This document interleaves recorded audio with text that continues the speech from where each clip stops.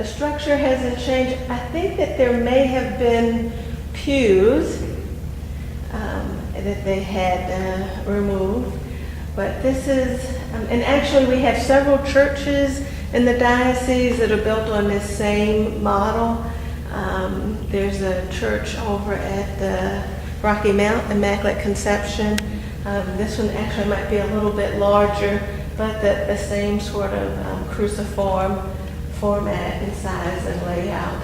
Were they all built about the same time? They all were built about the same time with grant money from, at that time, I don't know if she was Mother Drexel, but Catherine Drexel, who became the foundress of the religious orders, the Sisters of the Blessed Sacrament. And of course, she's of the Drexel family fame, and was ardent supporter of ministry to African Americans and Native Americans, and kept writing to the Pope saying that we need a religious order to minister to these people in the United States. And finally the Pope came back and said, you need to do it yourself. And so she went into religious life and used her family fortune to basically, provide the financial support for much of the work that she did around the country to African Americans and Native Americans. And so this church is the fruit, and a lot of times it was, in the form of grants. So, if you, we'll give you $5,000 and you have to make up the difference to get it raised, and so that's how this building came to be. And it was staffed originally by a religious order of men called the Redemptorists, and when they added the school, then they had a black religious order, the Oblate Sisters of Providence, to be the teachers for the students. And actually where that brick building is, there's a new church. That's where the site where the school used to sit, across the way there. That was the building was what? Well, it wasn't a brick building there. Like old Army PS. Yeah, it wasn't a brick building. They tore that down and put that new church up there. But there's still people in the neighborhood that went to the school, because I guess the school closed after the 68-69 school year. So there's still people nearby that went to the school and went to this church. I think this church closed in 1986. So we have spoken with a few people who went here. I think they said they went here when they were in kindergarten. It was just kindergarten. It was like they didn't go any further than that for whatever reason. But they I don't know if they remember it or not, but they seem to have little recollections of the nuns. They were a force to be reckoned with, and their very presence, went against everything that society was teaching at the time about the dignity of not only black people, but especially black women. So they were doing things that, especially in the South, just their very presence turned everything upside down, because they were educated in a society that said black people couldn't be educated, and they chose lives of celibacy in a society that said that simply being African American said that you couldn't have control over your sexual desires. And so, when they would walk into the room, they just turned every notion upside down. They were real trailblazers in so many senses of the word. Where were most of them from? They weren't local people. Most of them were not local. Most of them, the Oblates were founded in Baltimore by Haitian refugees in the 1830s, I believe. Really?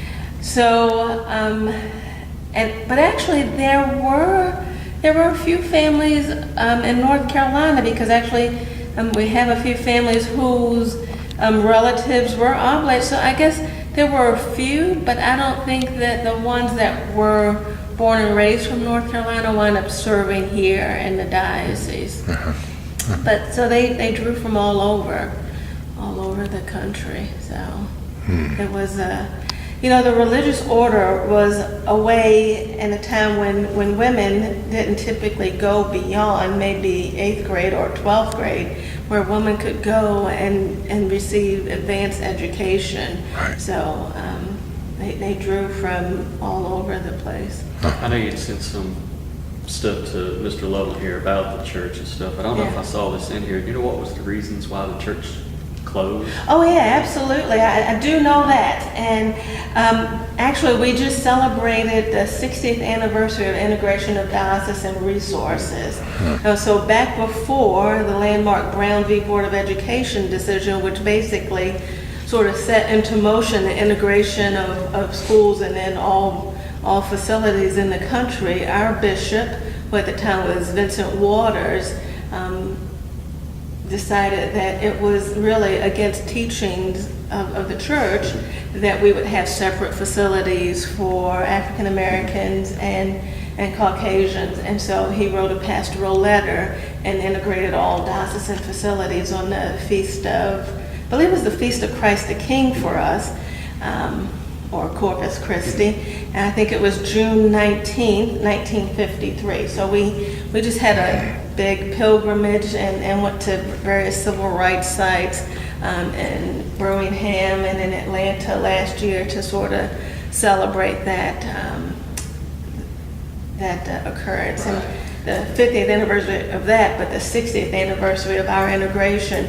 So that sort of set into motion a chain of events, because in the diocese we had 16 churches and places. We had 16 churches across the diocese specifically targeted for ministry to African Americans. And many places they were located within miles and in some cases on the same property as a white church.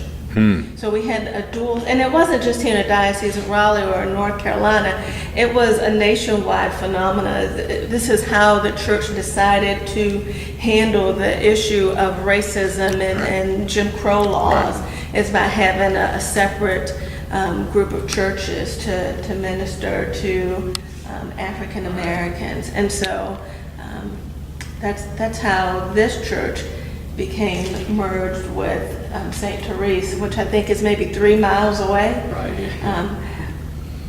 And, so it's a good thing. We did it for all the right reasons, but the way in which it was handled meant that we had quite a backlash. And so we had a lot of people, both black and white, leave the church because, one Sunday you come to church and I go to my church and you go to your church, and then the next Sunday we're supposed to sit together and sing songs of Thanksgiving that we're all together, and really people don't deal with church closings regardless of the reason like that very well, and especially when it's such an ingrained reason of racial hostility, the fact that we're in a church together, and for many of the black families, the people that they were merging with were their employers and things like that. So it wasn't a naturally healthy situation of I'm gonna now come to your church. And so many people said,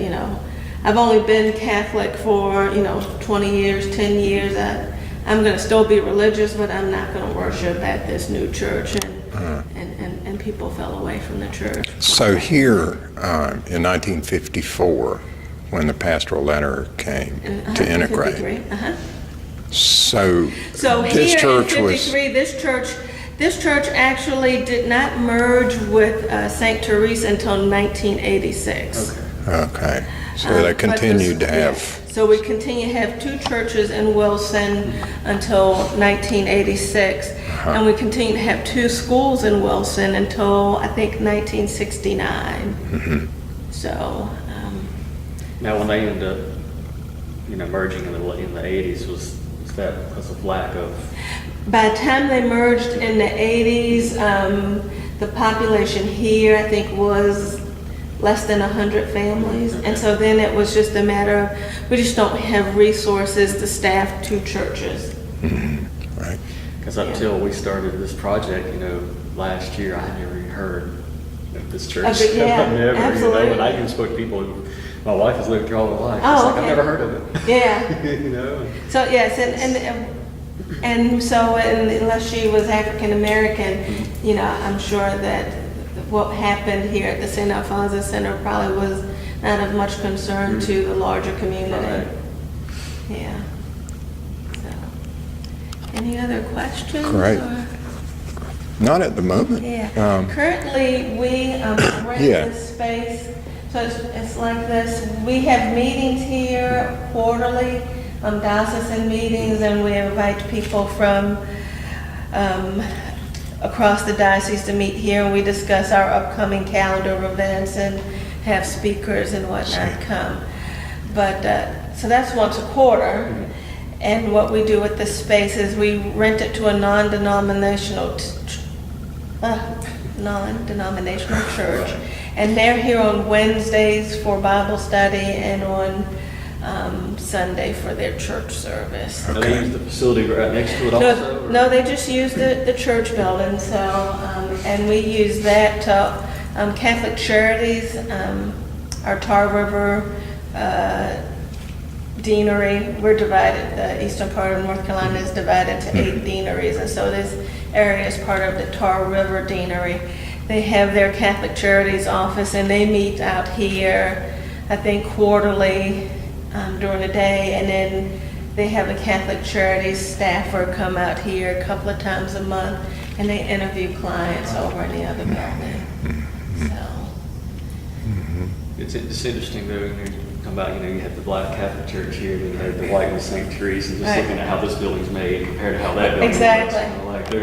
Like certainly not even comparable. And so when the merger happened across the diocese, most of the time, it was the black church that closed, and those parishioners were sent to the white church that typically was a better appointed, better structured building. Except in Little Washington, where Mother of Mercy Church is, and actually that church was the better appointed facility, so the white church closed and the white parishioners went to Mother of Mercy. But in many places, the outcome was the same. So, you just tell folks, your church is closing, and go to another church the next Sunday. Yeah. And, you still have ingrained, sense of Right. hostility towards one another. And for the most part, it is the black Catholics that really take a back seat, and, they are not part of the governing bodies of the churches and things like that. And so, I was going to ask whenever this would close, you said in the 80s, Right. did a lot of the parishioners here just decided not to go anymore? a lot of the parishioners here went over to St. Teresa, but, certainly, and we find this whenever church merges, that the folks that have to leave their church behind are devastated. Right.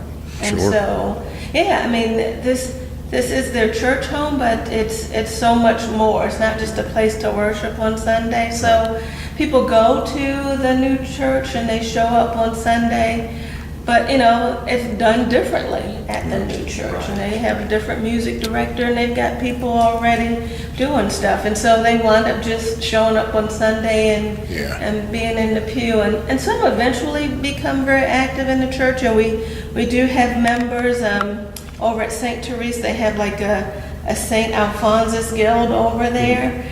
And it's made up of people who used to be very active members here. But, and they used to, I don't know if they've done that recently, but they used to have like reunions and invite people who had fallen away from the church and things like that. Right. To St. Teresa and celebrate, the good times from Heritage, St. Alphonsus. But a lot of times I think it's just really hard for people to make that leap of building a new community someplace else. And so. So it was founded 42. 1942. Yeah. And how many grades were in the school? At its high point, they went from kindergarten to 8th grade. To 8th grade. Yeah. And then, so there was the school, church services, and what other kind of things went on during the week? Was it a community gathering place? Anyway? I'm not really sure it had been. I would imagine there weren't a lot of black Catholics in East Right. Wilson in 1942. No, and so what you would find in many of the Catholic churches in the diocese, especially, and so there's 16 of them across the diocese directed at sort of evangelization to African Americans. Uh-huh. And during this period of time, most of the students are not Catholic. What they are is they tend to be maybe more middle class African Americans that are looking for a better educational opportunity for their children. So you think that's what the draw was? Oh, most definitely. The Catholic schools, even then, as now, are known for their academic excellence. Right. And so a lot of the families are sending their children, if they can, to the Catholic school for the education. Right. And they, and I think even now, with families that I know that are not Catholic but send their children to Catholic schools, and I hate to make generalizations, but African Americans tend to be very religious and spiritual people, and so they are not off-put by the religious values Right. of the Catholic Church, and they embrace that. They like that.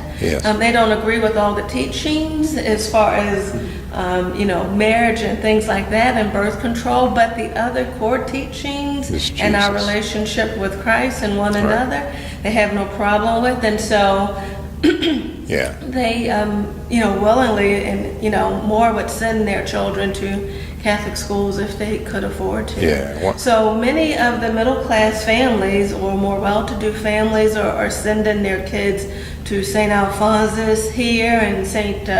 Monica and Raleigh and across the state as a way to better education and better opportunity. And in fact, in Little Washington, what you will find, and I think this probably happened here as well, is that the students here get such a good education, they're able to leapfrog out of the educational and the job opportunities here in North Carolina, and many of them win scholarships or get better paying jobs in the North. And so what you see is that really North Carolina and the Catholic education system becomes a seedbed for educated African Americans to leave the area and go other places for job and educational opportunity. And what we're seeing is now I'm seeing these people return to North Carolina as retirees.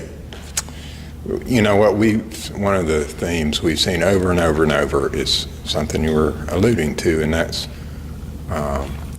that religion and education were the bedrocks of the community, and that people didn't tend to separate them out. Right. Your teacher would likely either be in your church or know your pastor. Your mother might serve with your teacher at the church. And so they all kind of ran together. And in some places, I know schools were actually held in African American churches. Absolutely. So I can see how that would be appealing. Right.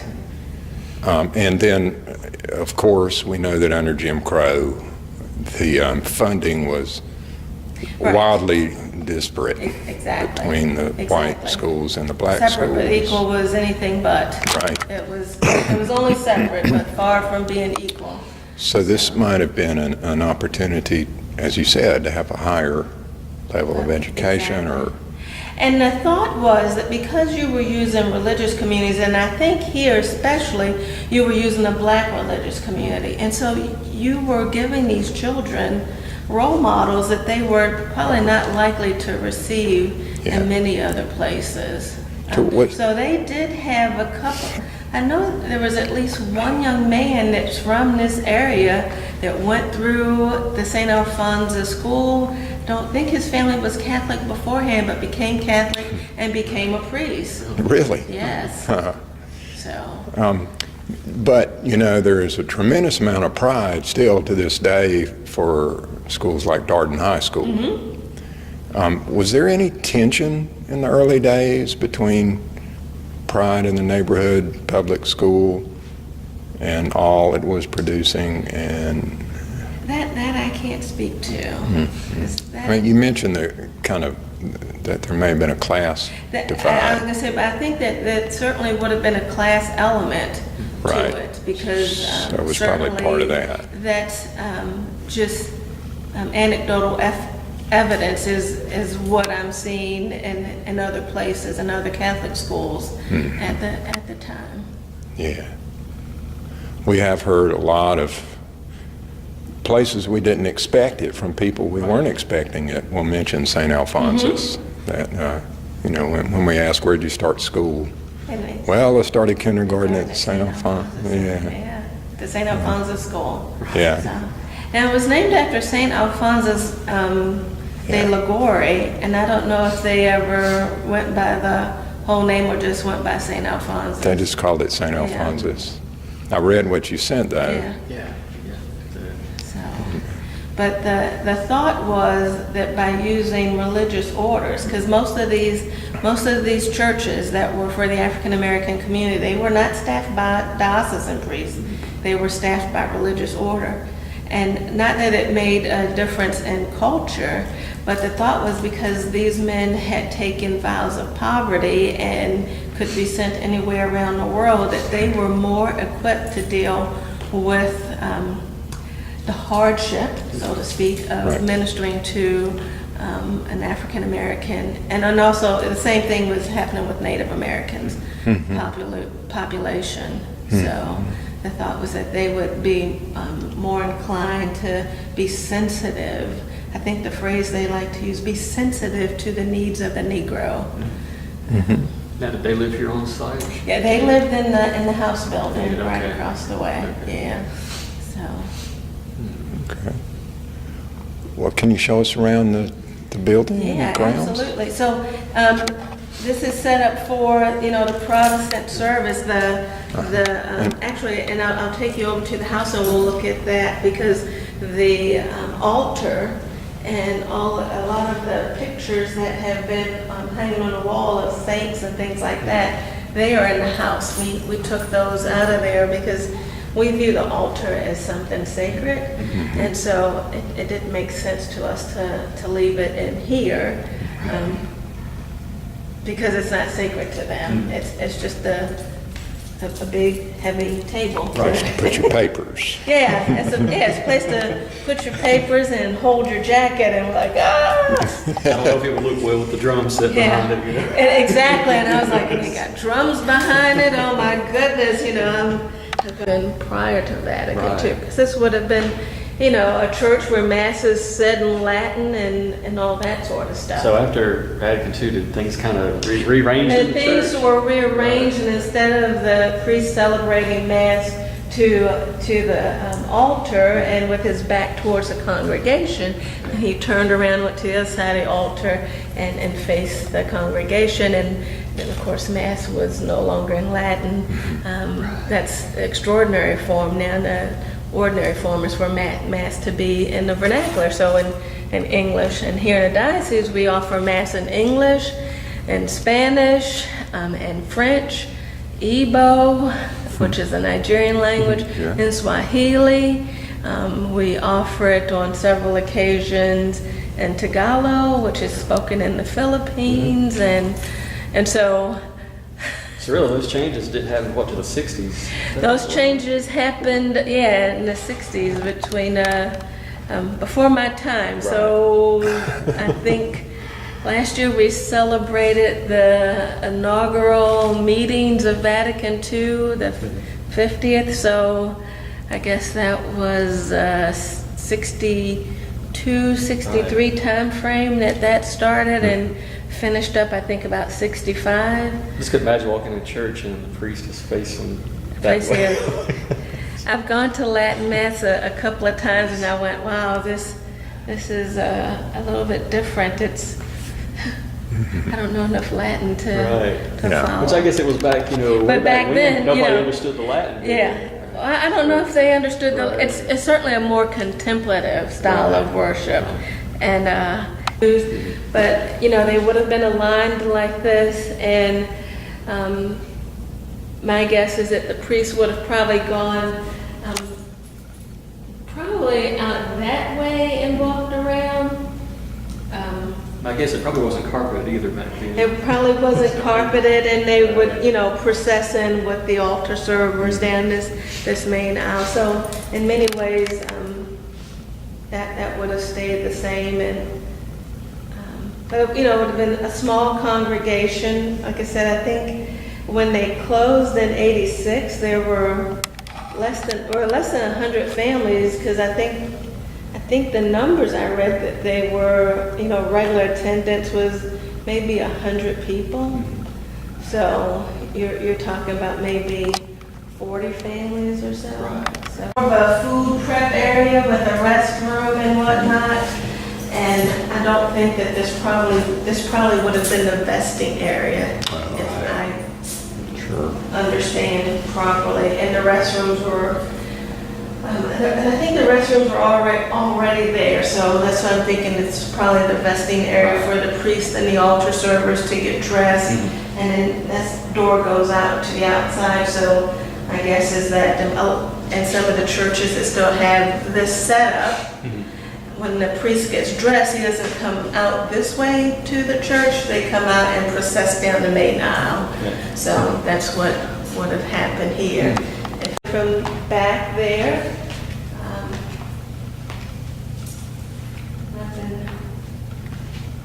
and then south, they felt like it probably wasn't all that good of an idea to preach their message of inclusiveness in the South, in a place where that wasn't going to be welcome. Yes.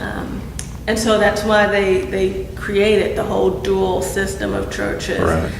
And trying not to go against existing tradition. Right, and integrated schools were illegal. And integrated schools were. So when Bishop Waters integrated schools and put his pastoral letter, he was not winning any accolades from anybody. And a lot of white people left the church.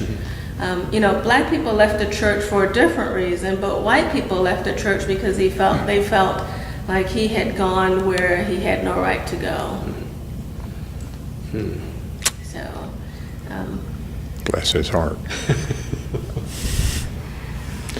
So where did you go on your pilgrimage? We went to Birmingham, Alabama, so we went to the Civil Rights Institute there in Birmingham, and went to the 16th Street Baptist Church. We also went to EWTN, and we went to Mother Angelica's Monastery in Huntsville. And then we went over to Atlanta and went to the birthplace of Dr. King and to his church and the museum there. It was really great. We would have stayed longer, but apparently the Vice President wanted to come and be part of our pilgrimage too.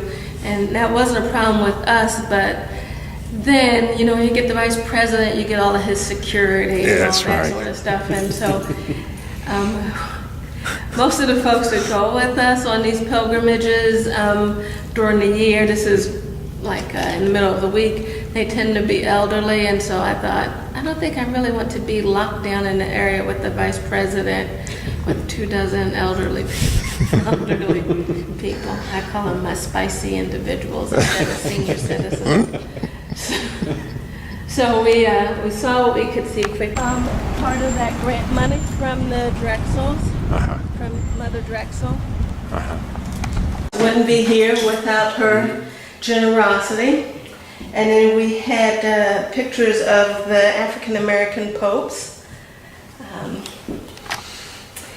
And they all came to be popes after the convening the first, there was a meeting in 1968 of the black clergy, the National Black Catholic Clergy, and one of the things that came about from that meeting is that the clergy and the religious sisters said that we needed people in the Catholic Church in the United States that looked like us and thought like us. They made a list of the men that should be elevated to the position of Pope, and these were the men that were elevated to that position. So many of them are dying off now, unfortunately.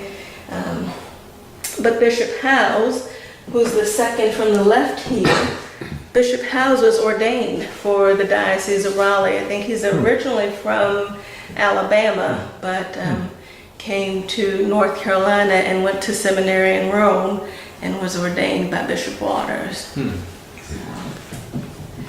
This would have originally been the dining room. They added on, I don't know at what point, but this used to be like the porch. They closed it in, and now Catholic Charities uses it as an office.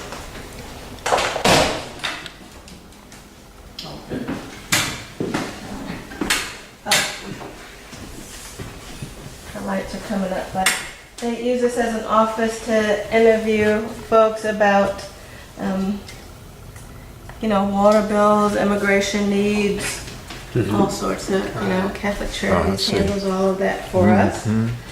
These are some of our implements from Mass.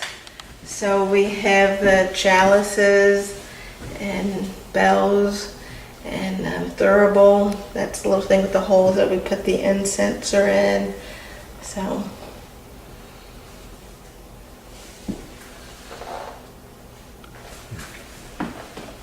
Now, were all these original to the church over there? I think that this one here may be original to that church there. If that may have been part of the original. And the thurible at the bottom.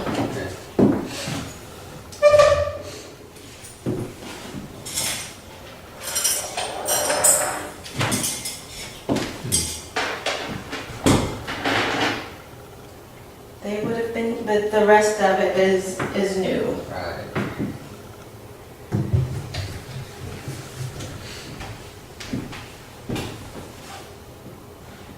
And being not Catholic, this is I think the first time I've ever seen one of these, or seeing them on see them on TV or something. Yes. So it's lighter than you think. Yeah, I was thinking it was heavy. Yeah, it looks heavy, but it really isn't. And this is a little heavy. Yeah, it seems like it is. That lifts up, and they put the incense in there. And now they have these little charcoal discs. And you light the charcoal disc, and then you spoon the incense on top of it. A little easier. I really can't speak to that. My brothers might have to speak to that. My brothers were altar servers, but I was not. One of the priests that was assigned here, and actually the first African American priest ordained for service in the Diocese of Raleigh, Monsignor Thomas Paul Haddon, may his soul rest in peace. His sister was an artist, and she painted that picture. And nobody seems to know who that is. There was a priest that served here about 25 years ago named Ron Rhodes. And no one seems to be able to remember if that's Ron Rhodes, if that's before my time, or if that's one of her renditions of Black Jesus. That's what I was thinking. And so I was like, I always look at that. I don't know Ron Rhodes, but because of the dress and whatnot, I always say it's Black Jesus. Right. But other people have said, oh, that looks like Ron Rhodes. You gotta find a picture of it. I was like, okay. I didn't know him, so I don't know. So this used to have carpeting, but we pulled it up because I said, oh, the carpet is terrible. And since this house was built in the 1940s, you would not have wall-to-wall carpeting in the 40s. I'm banking that there's some sort of wood flooring, and I was right. So. What were they ever thinking when they started putting carpet on wooden floors? I have no idea. Later, in the early 90s, mid-90s, there was an order of religious sisters, two Franciscan sisters, that served in the ministry here. And so that's where the Francis statue outside and the Francis painting inside come from their charism, and they're wanting to adorn this building with pictures of St. Francis. So.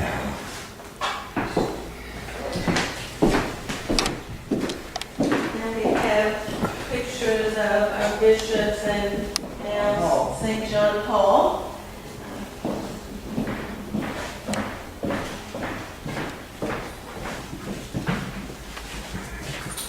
Oh, what a wonderful picture. He looks a lot younger there. Yeah.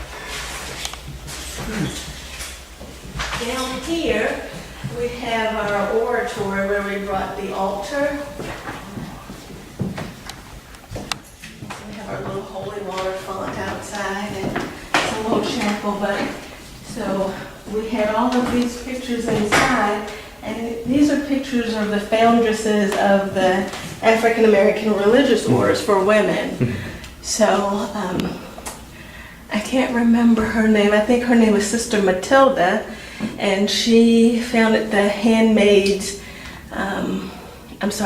the Franciscan handmaids that used to be in Savannah, but they literally were run out of town, and so they fled to New York.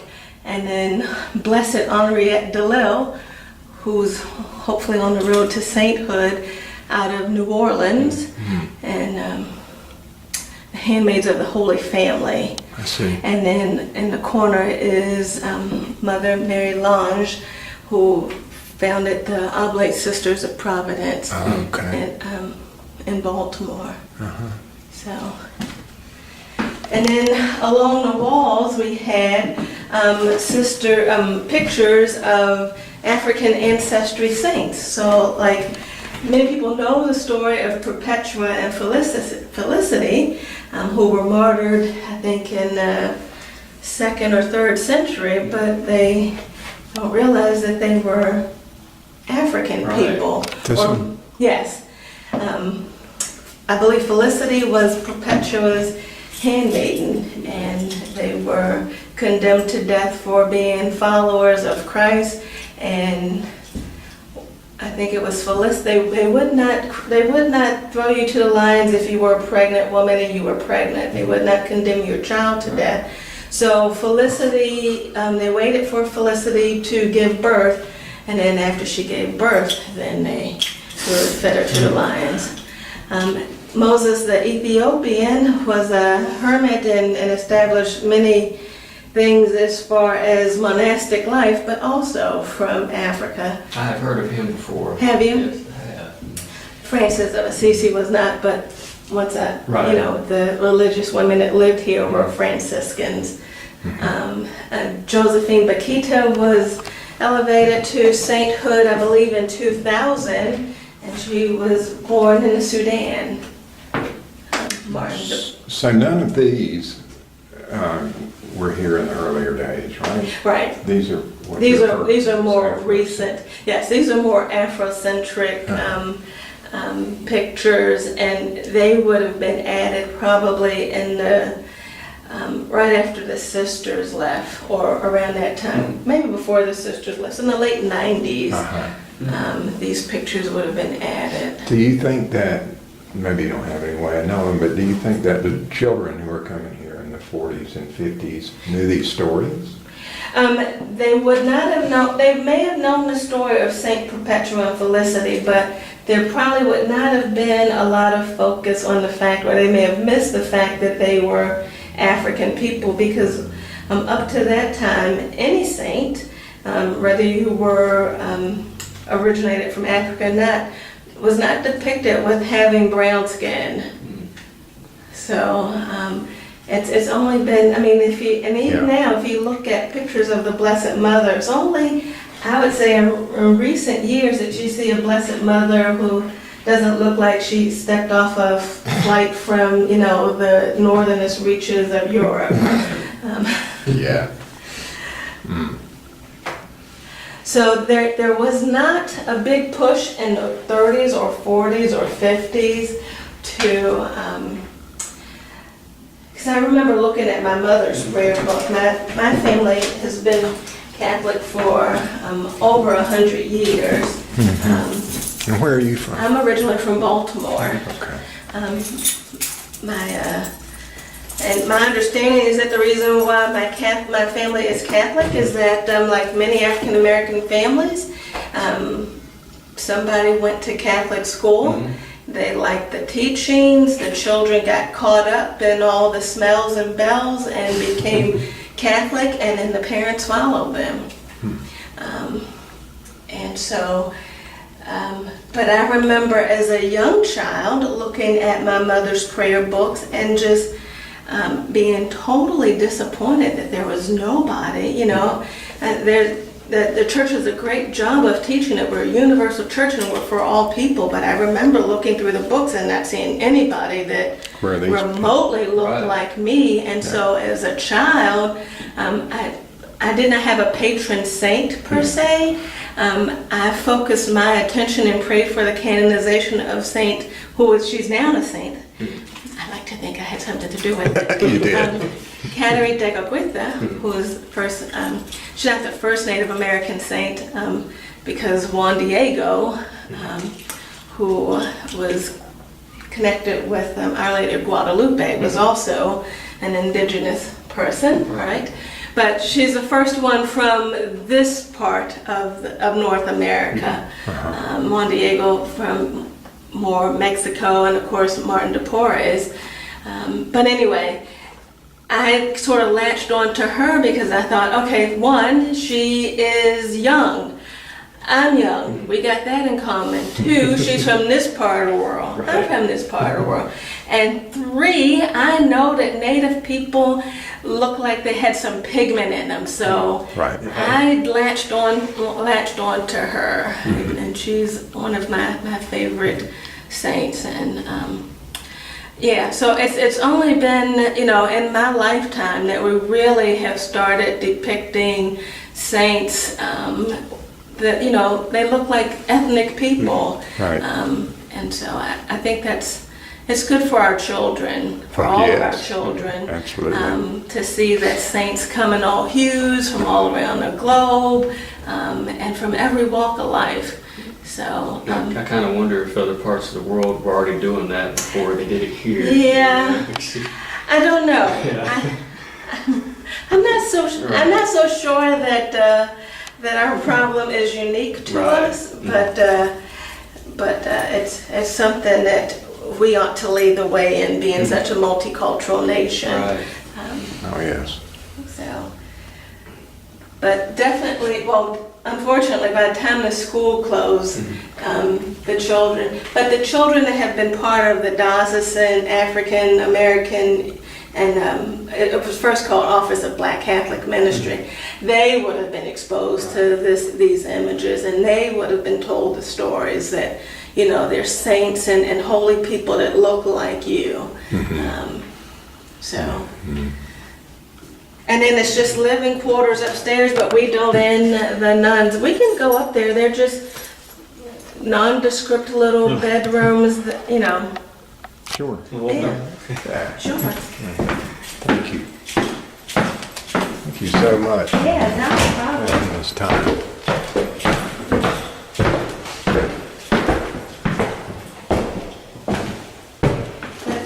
So there really is nothing special about the rooms and spaces. They would have been small. Reminds me of my first dorm room. Yeah, I was going to say they would have had a twin bed and a nightstand and a cross in them. Right. Very frugally appointed. Wonder for the closet. Now they had a big space, and then another one here, a group bathroom.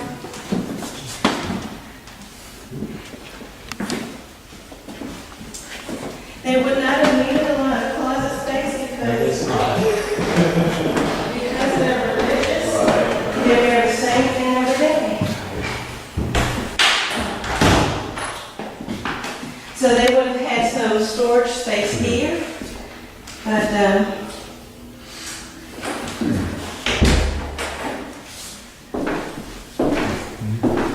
something you don't see anymore. Yeah, I was gonna say a transom, right? That's probably painted shut. It is. It looks like it's painted shut, right? So, yeah. But all of this was carpeted, and I thought, oh, this is a travesty too. Yeah, it's hardwood. Wow. It's beautiful. We have some floor. of our smaller meetings in this room, and so it's here that you'll be able to, I can pull this out so you can see.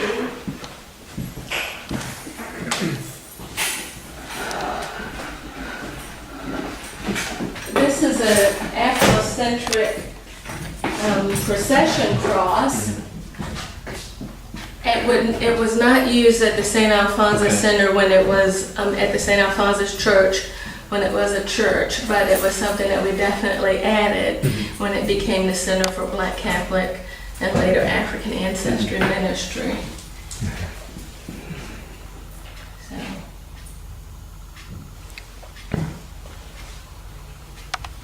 Help with that. Yeah, that's good. Is that better? Yeah, thank you. One of those people calling his house that was looking at the late 50s, 70s building.